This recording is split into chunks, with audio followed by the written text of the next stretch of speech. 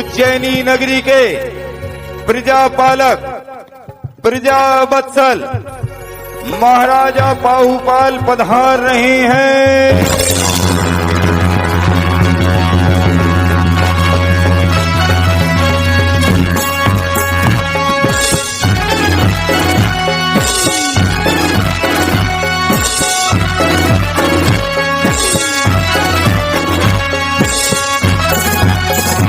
महाराज की जय हो।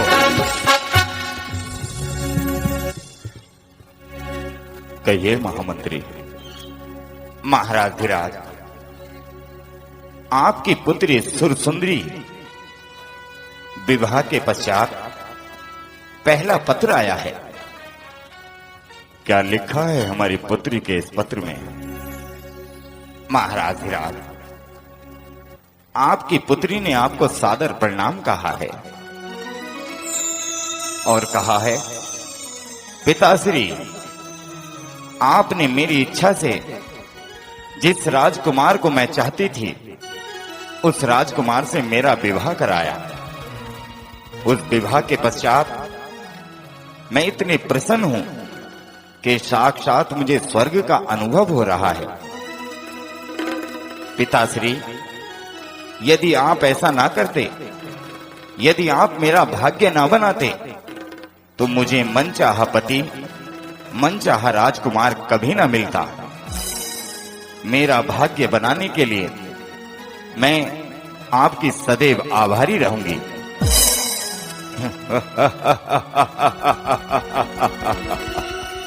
देखा महामंत्री, एक पिता के लिए इससे अधिक प्रसन्नता और क्या होगी कि उसकी पुत्री स्वयं अपने पिता के उस मान सम्मान का गुणगान करे।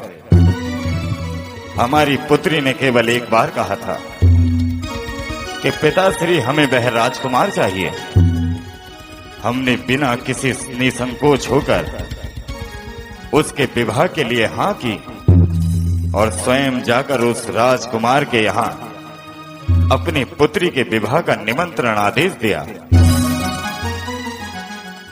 अब हमारी दूसरी पुत्री भी युवा अवस्था में है, इसलिए हम चाहते हैं कि क्यों ना मैना सुंदरी का विवाह भी ऐसे ही किया जाए। सोचो महामंत्री, जब दोनों पुत्रियों के इस तरह प्रसन्नता भरे पत्र आएंगे तो इस पिता का हृदय कितना प्रफुल्लित होगा। समय आ गया है कि हमें अपनी पुत्री मैना से भी बात कर लेनी चाहिए। जाओ और उसे लेकर आओ, जैसी आपकी आज्ञा।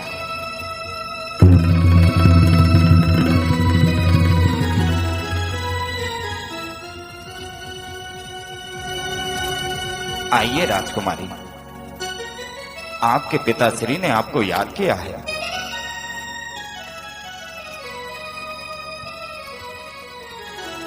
प्रणाम पिताश्री। कितने सुंदर है मेरी बेटी। साक्षात ऐसा लगता है कि चंद्रमा स्वयं श्रृंगार कर धरती पर उतर आया हो। मैना, अभी अभी तुम्हारी बड़ी बहन के यहां से पत्र आया है। कहती है वह बड़ी प्रसन्न है और उसने बार बार धन्यवाद कहा है कि पिताश्री, यदि आप विवाह के लिए हाँ ना करते, यदि आप मेरे पसंद के राजकुमार को विवाह के लिए प्रेरित ना करते, तो शायद आज मेरे भाग्य में कुछ और लिखा होता। पिताश्री, ये मेरी बहन की गलत सोच है। किसी के हाँ या ना करने से भाग्य नहीं बना करते। यदि बहन के भाग्य में वह राजकुमार ही था, तो आप कोई भी यत्न कर लेते, उनके भाग्य में वही राजकुमार होता। मैना, तो तुम्हारा कहने का क्या अर्थ है कि हमारी बेटी सुरसुंदरी अपनी ही इच्छा से उस राजकुमार के साथ विवाह कर लेती, उसके विवाह में हमारा कोई योगदान नहीं है? अरे यदि हम हाँ ना करते, यदि हम उस विवाह के लिए स्वीकारती ना देते तो क्या तुम्हारी बहन उसी राज्य में उसी राजकुमार के यहाँ वधू बनकर जाती? तुम्हारी बहन ने साफ साफ इस पत्र में लिखा है, उस पत्र में कहा है कि यदि आप हाँ ना करते तो मेरा भाग्य बदल सकता था। हमने तुम्हें राजमहल से इस दरबार में इसलिए बुलवाया है कि यदि तुम्हारी पसंद में भी कोई राजकुमार है,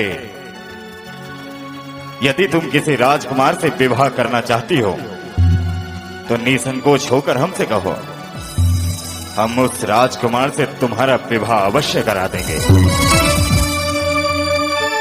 ये आप कैसी बातें कर रहे हैं?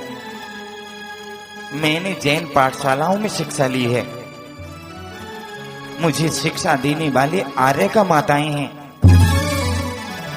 आर्य का मां कहती हैं कि मां और पिता जिस वर को बेटी के लिए चुने, बेटी को हंसकर उसे स्वीकार कर लेना चाहिए।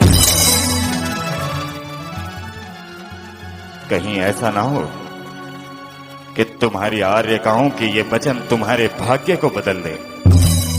कहीं ऐसा ना हो कि वो शस्त्र शास्त्रों की बातें करने वाली आर्यका तुम्हारे विवाह के उपलक्ष्य में कुछ भी ना बोल पाए। मैना, हमने ऐसे भी देखा है कि जो आज राजकुमार है कल को वह रंक हो जाता है। यदि तुम भी बड़ी बहन की तरह अपना भाग्य बनवाना चाहती हो तो बोलो, कोई राजकुमार यदि पसंद है तो हमसे कहो, हम उसका विवाह तुमसे अवश्य करा देंगे। पिताजी, आप ये किस तरह की बातें कर रहे हैं? आज आपके शब्दों में मुझे अहंकार दिख रहा है। आज एक पिता अपनी बेटी से नहीं, एक राजा किसी प्रजावासी से बात कर रहा है। मैना, आज इन तुम्हारे शब्दों से हमें बगावत की बू आ रही है। भाग्य, ये जो तुम्हारे शरीर पर वेशभूषा है, रत्न जड़ित सिंहासन है, ये आभूषण है, ये सब इस राजा के हैं, तुम्हारे भाग्य के नहीं हैं। इस राज्य की तुम राजकुमारी हो क्योंकि हम राजा हैं, ये भाग्य भी हमने लिखा है। तुमने एक छोटी सी बात को इतना लंबा बना दिया। एक छोटी सी बात तो पूछी थी पिता बनकर कि यदि किसी को पसंद करती हो तो हमें बता दो, लेकिन तुमने हमारे निर्णय पर संकोच किया। क्या कहता है तुम्हारा भाग्य जानती हो?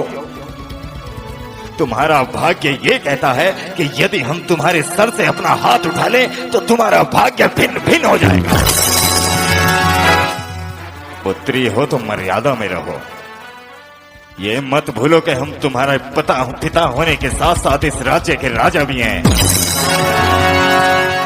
आप भी ये मत भूलिए कि आप साधारण से मनुष्य हैं। इस वेशभूषा से बाहर निकल कर देखिए। क्या आप ये समझ रहे हैं कि भाग्य बनाने और बिगाड़ने वाले आप हैं? क्या आपके अंदर ये अहम की बू आ चुकी है? पिताश्री, तुम राजा बने हो तो अपने कर्मों से बने होंगे, मैं राजकुमारी हूं तो अपने कर्मों से होंगी। कोई किसी के भाग्य का नहीं खाता, नहीं खाता, नहीं खाता, नहीं खाता।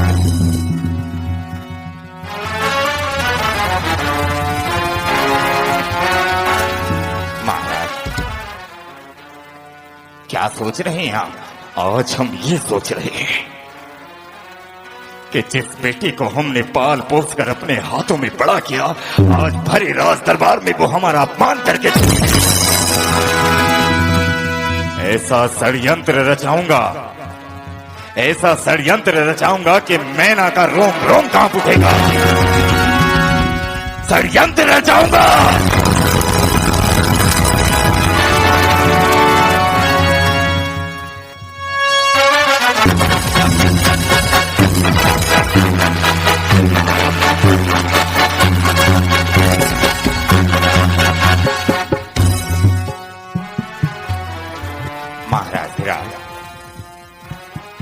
आप सोए नहीं अब तक? हमें नींद नहीं आती। जब से आज दिन में हमारी मैना ने हमारा अपमान किया है, उस बात को सुनकर हमें नींद नहीं आ रही। आज हमारी ही पाली हुई मिट्टी आज हमसे ही बगावत पर उतर आई। कल कोई और प्रजा से उठेगा, कल कोई हमें अपमान भरे शब्द कहेगा। ये जो प्रजा आज हमारे सामने हाथ जोड़कर नतमस्तक रहती है, कल यही प्रजा अपना मुख हमारे सामने उठाएगी। मैना, मैना,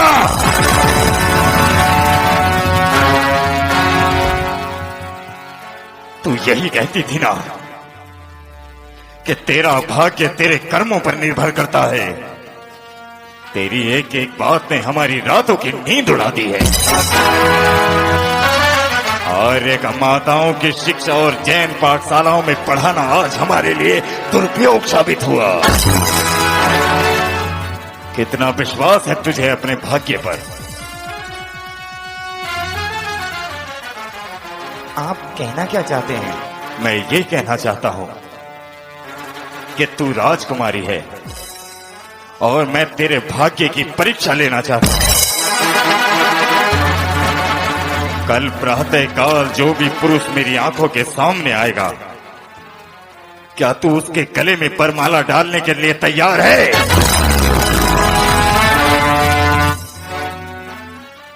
यदि आप आशीर्वाद देंगे तो, क्योंकि आर्य का मां कहती हैं कि पिता और मां जिसे स्वीकार करें उसे हंसकर वर स्वीकार लेना चाहिए। तो ठीक है, कल के पश्चात तुझे ज्ञात हो जाएगा कि तेरा भाग्य बनाने वाला तेरा पिता है, तेरा भाग्य बिगाड़ने वाला तेरा पिता है। कल देखता हूं मैं ना, सूर्य की पहली किरण तेरे भाग्य में क्या लिखती है। चली जा।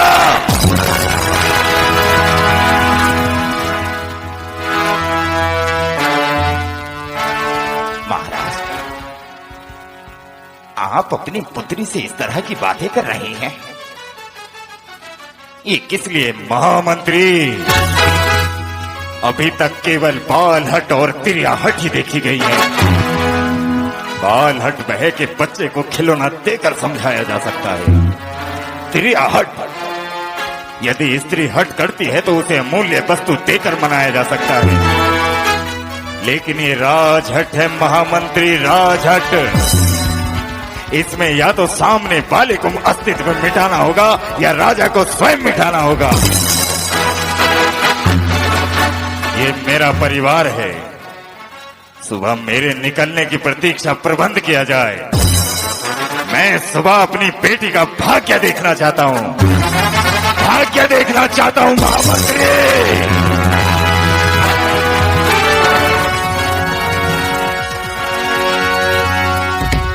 कर्मों की है ये माया, कोड़ी मुझे बनाया। अब जी रहे हैं हम तो तेरे नाम के सहारे, तेरे नाम के सहारे।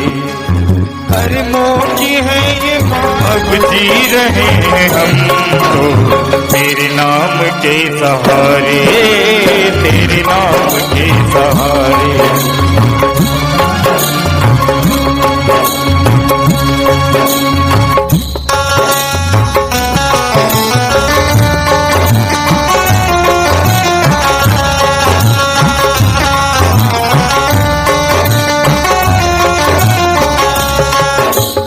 मुझे मौत दे दे भगवन हो, मुझे मौत दे दे भगवन, या तू मुझे बुला ले तेरे नाम के सहारे, तेरे नाम के सहारे।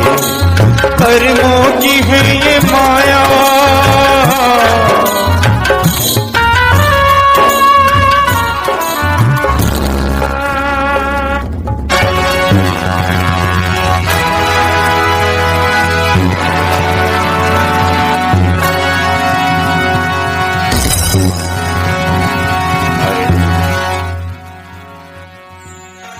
ये इतनी दुर्गंध कहां से आ रही है? महामंत्री, क्या हमारे इन बाग बगीचों में कोई जीवाश्म सड़ रहा है? मैं अभी देखकर आता हूं। महाराज, उस दिशा में कुछ रोगी कोढ़ी बैठे हुए हैं।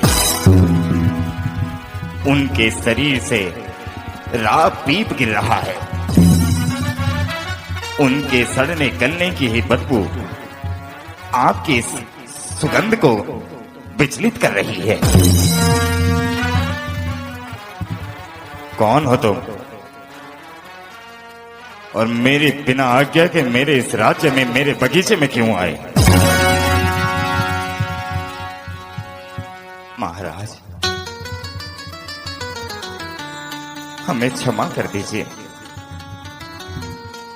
मैं श्रीपाल थोड़ा थक गए थे, इस शरीर से चला नहीं जा रहा, इसलिए आपके इस बगीचे में बैठ गए। तो तुमने इतना नहीं सोचा कि तुम्हारी इस दुर्गंध से मेरे राज्य में महामारी फैल सकती है, एक बीमारी फैल सकती है? मैं निकल जाऊंगा, आप चिंता मत कीजिए। मैं अपने 700 सैनिकों को लेकर चला जाऊंगा। 700 सैनिक? मैं कुछ समझा नहीं। आप ही की तरह मैं भी चंपापुर नगरी का महाराज था, लेकिन मेरी नगरी में रोग फैल गया। मुझे और मेरे 700 सैनिकों को ये कोढ़ हो गया। हाथ पांव की उंगलियां गल सड़ कर गिर रही हैं। महाराज धीराज, आप कह रहे हैं कि यहां से चले जाओ, हम दुखी नहीं हैं। इस रोग के होने पर हमारी माँ, हमारे पिता, हमारे भाई बहनों ने सबने धक्के मारकर निकाल दिया। आज तक जिस राजा की पूजा प्रार्थना होती थी, उस राजा को देखकर प्रजाजन उसके ऊपर थूक रहे हैं। मेरा भाग्य मुझे कहां से कहां ले आया। मेरा भाग्य मुझे कहां से कहां ले आया महाराज, कहां से कहां ले आया। भाग्य? तो क्या तुम भी इसे भाग्य का दोष समझते हो? ये भाग्य नहीं तो और क्या है। कल तक जो राजश्री वस्त्रों में पहनना था, कल तक जिसके नौकर चाकर सेवा करते थे, आज वह दर दर की ठोकरें खा रहा है। जिसके परिवार वाले लंबी आयु की कामना करते थे, आज उसकी मृत्यु के लिए प्रार्थनाएं हो रही हैं। ये भाग्य नहीं तो और क्या है, और क्या है। महामंत्री जी महाराज, यही वो पहला पुरुष है जो आज प्रातः काल की बेला में मुझे दिखाई दिया है।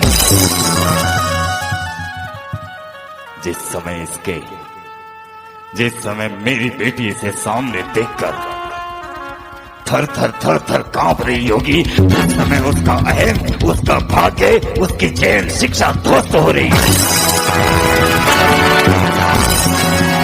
सुनो, तुम मेरे राज्य में मेरे बिना आज्ञा के आए हो, इसलिए तुम्हें घुसपैठ या घोषित कर मैं तुम्हें मृत्यु दंड भी दे सकता हूं। लेकिन सुनो, तुम मृत्यु मांग रहे हो, इसलिए तुम्हें मृत्यु नहीं और भी कठोर दंड दिया जा सकता है। यदि अपने इन 700 सैनिकों और स्वयं की कुछ दिन के प्राणों की मोहलत चाहते हो, तो मैं जो कहता हूं वो करो। क्या करना है? तुम सुबह अपनी बारात लेकर आओ। क्या? हाँ, कल सुबह तुम अपनी बारात लेकर आओ, क्योंकि तुम्हारा विवाह मेरी पुत्री, मेरे घर की राजकुमारी मैना के साथ होगा।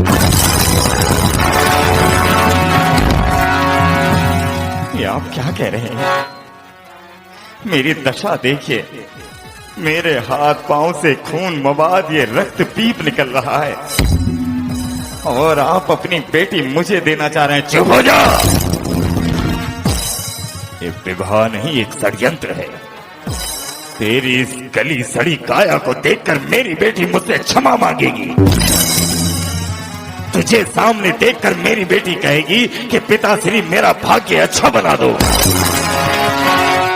ये सोचकर मत आना कि तेरा विवाह होगा। केवल और केवल ये सोचकर आना कि मैं तुम्हें जीवन दान दे रहा हूं। प्रतीक्षा ना हो, प्रतीक्षा ना हो, प्रतीक्षा ना हो।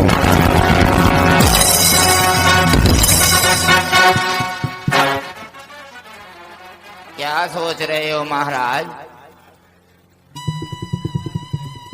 मैं सोच रहा हूं मैं क्या करूं। विवाह कर ही लीजिए। लेकिन क्यों? आपको घरवाली मिल जाएगी, हमें खाने को थाली मिल जाएगी। मैं इस दशा में विवाह कैसे करूं? अरे करना तुम्हें नहीं है, करेंगे तो वो। आपको तो खड़े होना है। उसका जीवन बेकार हो जाएगा। अरे बेकार तो तब होगा जब तुम्हारा विवाह होगा। राजा जी ने बोला है विवाह नहीं करना, केवल अपनी राजकुमारी को वो ऐसा ऐसा दिखाएंगे ताकि वो डर जाए, वो उससे क्षमा याचना करेगी। बस तुम विवाह कर लो। तुम लोगों के प्राण बचाने हैं तो विवाह करना ही होगा। अरे मैं तो ये कह रहा हूँ मरने से पहले एक बार विवाह ही करते चलो। तो कुछ नहीं, अब तैयारी शुरू होती है, आप बस तैयार हो जाओ। जैसे तुम 700 की मर्जी है। ठीक है। अरे सजी रहे, अरे हाँ, हो सजी रहे देखो श्रीपाल निराले दूल्हे रे।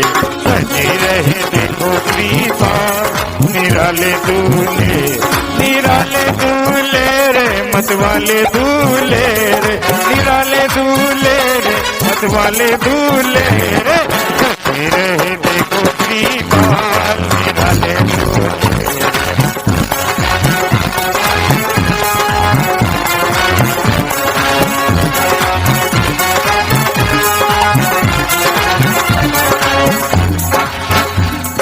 अरे चुप हो जाओ।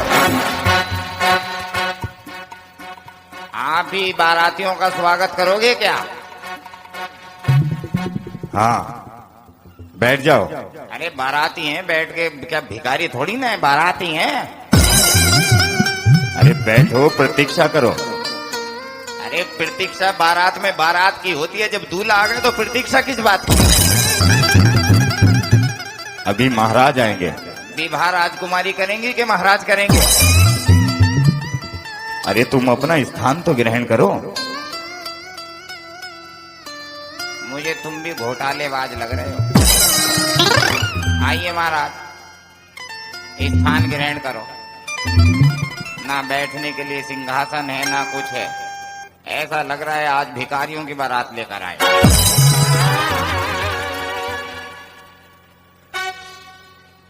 अरे जय जय जय जय जय जय जय जय जय जय जय जय जय जय जय जय जय हो जय हो जय हो जय हो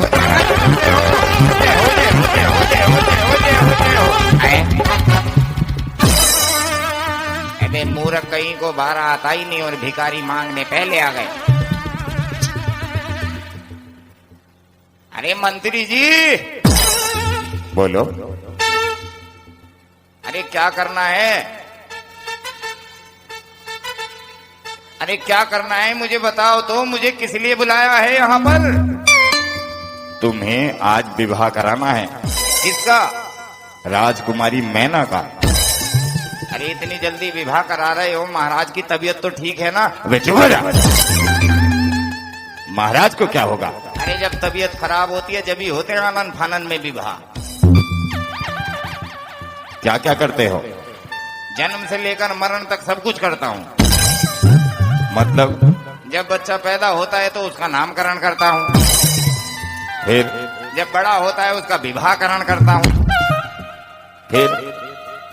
जब वो निकल लेता है तो उसका क्रियाकर्म करता हूं। मतलब ये मेरी पॉलिसी है, क्या? जन्म के साथ भी मौत के बाद भी। बारात आ गई है। ये अनदेखी बारात मुझे तो दिखाओ, मुझे नहीं दिखाई दे रही। देखो, वो जो बैठा है वो दूल्हा है। अरे मैं भिखारियों के दूल्हे की बात नहीं कर रहा, राजकुमारी का दूल्हा किधर है? अरे वही राजकुमारी के दूल्हे हैं। अरे ओ भैया, कौन हो तुम? हम हैं बाराती। पहले बाराती नहीं देखे क्या? अरे बाराती तो देखे हैं, लेकिन ये बताओ तुम हो कौन और कहां से आए हो? हमें कुछ नहीं पता, हमें इतना पता है हम हैं बाराती। दूल्हा कहाँ है तुम्हारा? भैया दूल्हा लापता है, बस इतना पता है हम हैं बाराती। अबे मूर्ख कहीं के, बिना दूल्हे की बारात लेके आए हो क्या? ये तुम जानो, इतना पता है हम हैं बाराती। अरे मंत्री जी, ये कहां से पागलों की बारात बुलवा ली तुमने? ये बारात महाराज लेकर आए हैं। महाराज की आंखों का इलाज सही से कराओ। ये बारात कुछ कम लग रही है। मतलब? अरे ये ऐसे ऐसे बारात है, ये बारात लौटाते लौटाते तो आधे वैसे ही रास्ते में निपट जाएंगे। तुम्हें जितना कहा है उतना करो। सावधान, महाराज धीराज पधार रहे हैं।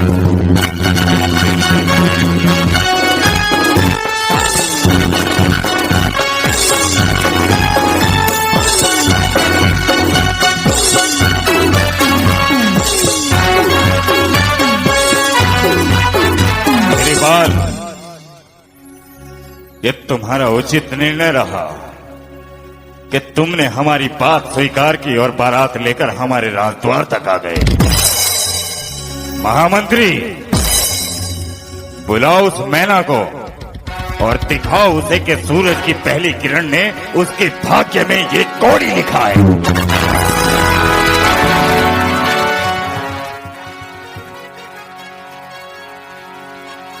माला में पिरो कर फूल, फूल में पिरो लिए अरमान। माला में पिरो कर फूल, फूल में पिरो लिए अरमान। इस मधुर मिलन की बेला में मैंने मन में बसाए भगवान। माला में पिरो कर फूल, फूल में पिरो लिए अरमान।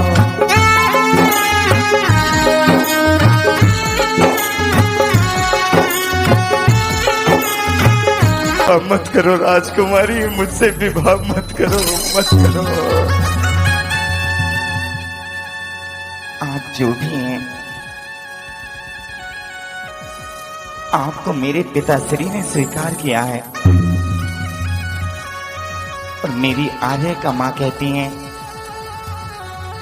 कि जिस वर को माता पिता स्वीकार करें, बेटी को उसे हंसकर पति समझ लेना चाहिए। मैं इस क्षण से अपने पिताश्री का आशीर्वाद समझकर, अपना भाग्य समझकर आपको अपना पति स्वीकार करती हूँ।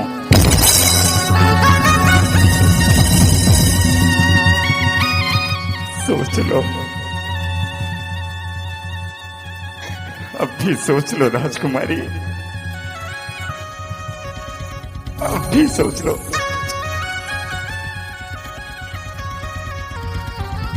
अब भी सोच लो राजकुमारी, अब भी सोच लो।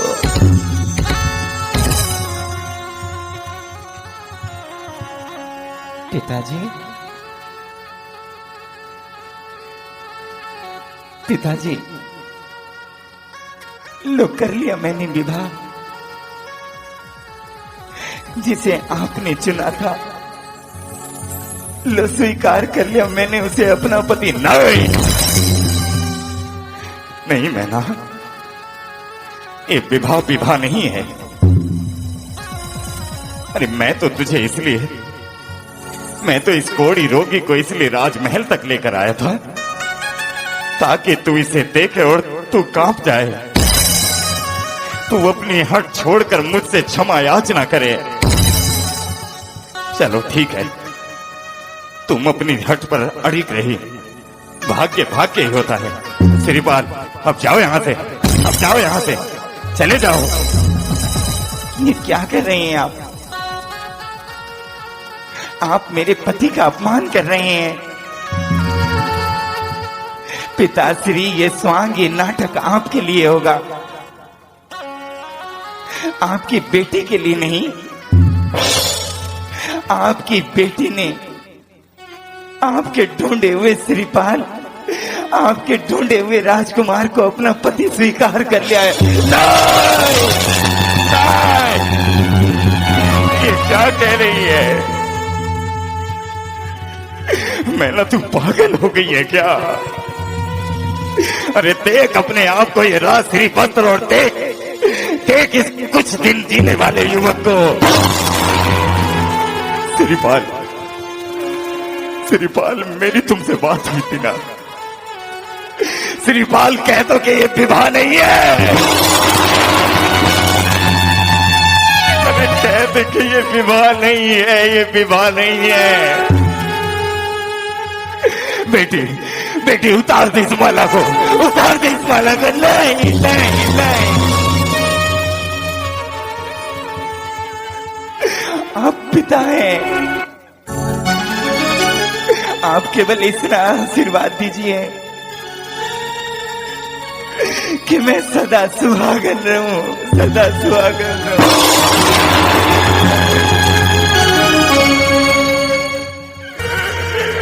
अरे कहीं नहीं जाएगी मेरी बेटी, अरे कहीं नहीं जाएगी मेरी माला, कहीं नहीं जाएगी, कहीं नहीं जाएगी।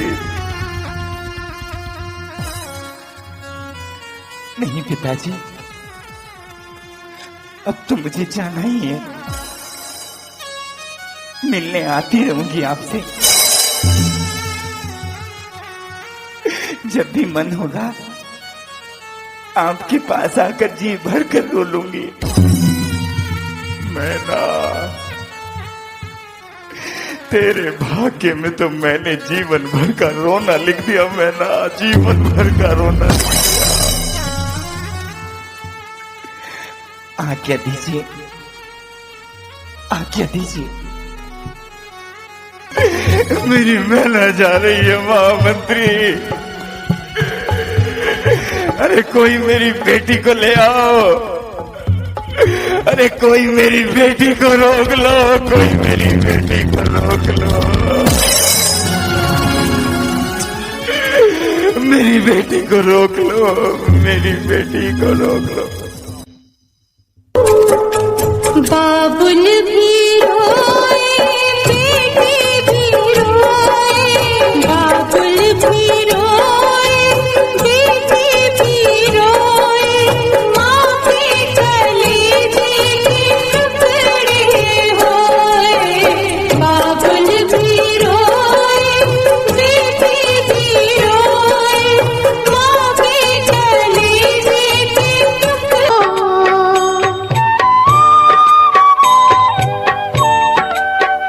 यह सोच तरस दोगे प्रभु, आज नहीं तो कल, जो बाग लगाया है फूलों से सजा देना।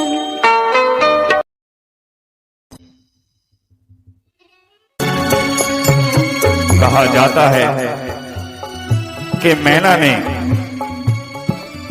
बहुत से जैन तीर्थों की वंदना की, सभी तीर्थों पे जाकर अपने पति के कल्याण की कामना की, और एक दिन किसी जंगल में उन्हें महामुनि राज के दर्शन हुए।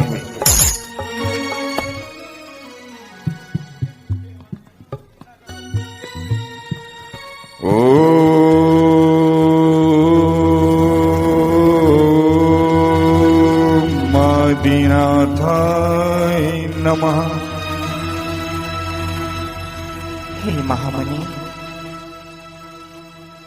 आप तो दयालु हैं, आप तो करुणा के सागर हैं। आखिर मेरे पति ने ऐसा कौन सा पाप किया है कि जिसके कारण इन्हें और इनके सभी सैनिकों को ये रोग सड़ा सड़ा कर मार रहा है। हे दिगंबर मुनि, आप कोई मार्गदर्शन क्यों नहीं देते? हे सती, मेरी बात ध्यान से सुनना। तुम्हारे पति जिस समय चंपापुर नगरी में राजकुमार थे, एक दिन ये 700 सैनिकों के साथ जंगली जानवरों के शिकार के लिए निकले। उस समय एक दिगंबर मुनि उसी जंगल में बैठकर साधना कर रहे थे। तुम्हारे पति इस श्रीपाल ने उन दिगंबर मुनि की नग्नता का हास्य बनाया, उनकी नग्नता का उपहास किया, और तो और तुम्हारे इस पति ने उन 700 सैनिकों के सामने उस दिगंबर मुनि के ऊपर बार बार थूका। और इस दृश्य को देखकर वह सभी 700 सैनिक हंस रहे थे। एक दिगंबर मुनि के वेश का मजाक बनाना, उसका उपहास करना, संसार में इस पाप से बड़ा पाप नहीं है। उसी पाप का उदय है कि आज तुम्हारा पति इस दशा में है कि इसकी प्रजा और जो भी इसे देखता है वो इसे धिक्कारता है, इस पर थूकता है। हे महामुनि, आप तो करुणा के सागर हैं, क्षमा कर दीजिए इन्हें, क्षमा कर दीजिए इन सबको, क्षमा कर दीजिए प्रभु, क्षमा कर दीजिए, हम सबको क्षमा कर दीजिए महामुनि, हम सबको क्षमा कर दीजिए। सुनो, दिगंबर मुनि या कोई भी यत्न ऐसा नहीं होता कि जिस पाप का प्रायश्चित नहीं हो सकता। मैं तुम्हारी भक्ति और श्रीपाल के भाव से प्रसन्न हूं, इसलिए मैं जो कहता हूं वह ध्यान से सुनो। तुम एक सिद्ध चक्र महामंडल विधान की रचना करो। एक सुंदर मांडला बनाकर मंत्रों के उच्चारण सहित प्रथम दिन, फिर द्वितीय दिन, इसी तरह दिनों की संख्या बढ़ती रहे। उन मंत्रों के साथ साथ अष्ट द्रव्यों के अर्घ की भी संख्या बढ़ती रहे। उस महामंडल विधान में तुम्हें गंधोदक नामक यह अमूल्य रत्न मिलेगा। उस गंधोदक के जल से इनके ऊपर छिड़काव करना और तब तक करना जब तक यह स्वस्थ ना हो जाएं, साफ ना हो जाएं। धन्य है महामुनि, आप धन्य है गुरुवर, आप धन्य हैं। तब सुंदर सा मांडला रत्नों के चूर्ण इत्यादि से मैना तैयार करती है और प्रथम दिन कम अर्घ, द्वितीय दिन उन अर्घों की संख्या दुगनी हुई। अर्हन्तो भगवन्त इंद्र महिता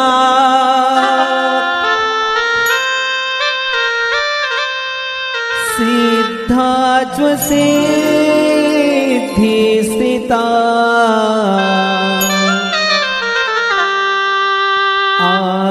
आचार्या जिन शासनो नति करा पूज्या उपाध्याय का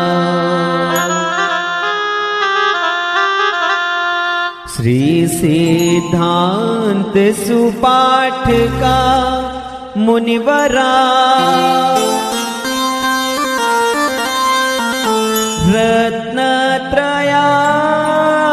रत्नत्रयाराधका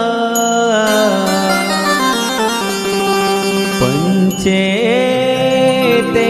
परमेष्टि नमः प्रतिदिनम् कुर्वन्तु वो मङ्गलम् कुर्वन्तु वो मङ्गलम् नमो हरिहन्ताणं नमो सीताणं नमो हरियाणं नमो वजायाणं नमो लोय सभ्यताणं नमो लोय सभ्यताणं। मैना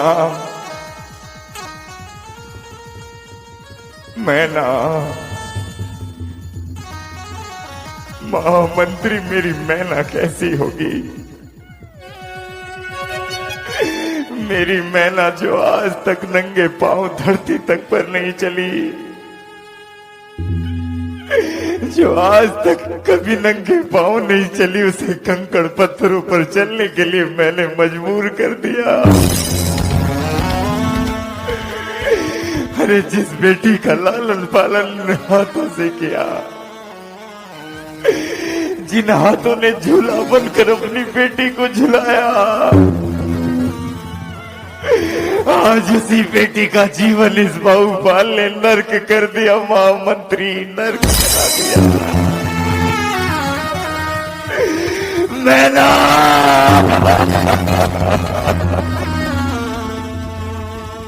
महाराज, ये आपने अपनी क्या दशा बना रखी है? यदि आप ही ऐसे रहेंगे तो इस राज्य, इस प्रजा का क्या होगा? आपको रोता देख सारी प्रजा दुखी है। आप इस प्रजा के पालक हैं। इस प्रजा की और तनिक ध्यान तो कीजिए। क्या ध्यान करूं?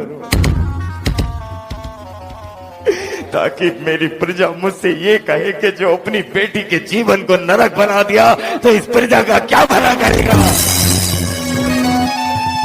अरे कुछ अच्छा नहीं लग रहा मुझे। इतने हीरे मोती सोना चांदी कुछ अच्छा नहीं लग रहा। अरे कह दो प्रजा से कि उनका राजा अब रक्षक नहीं, उनका भक्षक बन गया है। मैना बाबा, मैं यहाँ हूँ। मैना मेरी बेटी, तेरे हाथ, तेरे पाँव दिखा मेरी बेटी। मेरी बेटी सही है, मेरी बेटी सही है। अच्छा हुआ बेटी, अच्छा हुआ बेटी, तू सब कुछ छोड़कर चली आई। अच्छा हुआ बेटी, तू सब कुछ त्याग कर चली आई। मैं तेरा विवाह करूंगा और मैं तुझसे क्षमा मांगता हूँ। अपने पिता को माफ कर दे। नहीं करूंगा। हार गया तेरा पिता, हार गया, हार गया। पिताजी, आप मुझसे इतना प्रेम करते हैं? हाँ, और प्रेम इसलिए अधिक हो गया कि मैंने तेरा विवाह एक ऐसे पुरुष से कर दिया, ऐसे पुरुष से कर दिया कि जिसके जीवन आयु समाप्ति है। मैना सुंदरी कहे पिता से, भाग्य उदय जब आएगा, कोड़ीपति जो दिया आपने, कामदेव बन जाएगा।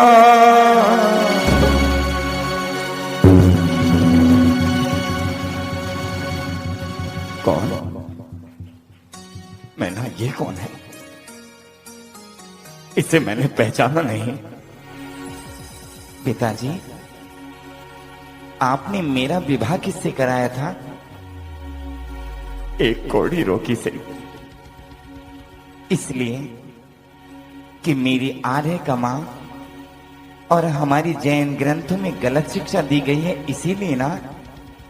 देखिए पिताश्री, ये है मेरे भाग्य की परिभाषा। आपने मुझे एक कोढ़ी पुरुष से विवाहित किया था। ये वही हैं जो आज तुम्हारी राजमहल में सुंदर सुडोल स्वस्थ राजकुमार बनकर लौटे हैं।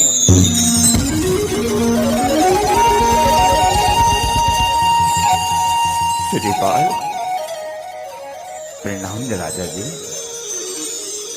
श्रीपाल, तुम्हारे हाथ, तुम्हारे पांव, ये चमत्कार, ये कैसे हुआ मैना? बताओ मैना, मुझे ये चमत्कार कैसे हुआ? जिस जैन धर्म को तुम नहीं मान रहे, उसी जैन धर्म के दिगंबर संत ने एक महामंडल विधान, सिद्ध चक्र महाविधान की महिमा बताई। उसी मंत्रों के उच्चारण से, उन्हीं के जप तप की प्रेरणा से आज वह कोढ़ी रोगी भी निर्मल काया से परिपूर्ण हो चुका है। धन्य है, धन्य है ऐसा जैन धर्म, धन्य है ऐसे दिगंबर मुनि, धन्य है ऐसी बेटी जो पिता के कहने पर वर को स्वीकार कर अपने भाग्य को लिख रही है।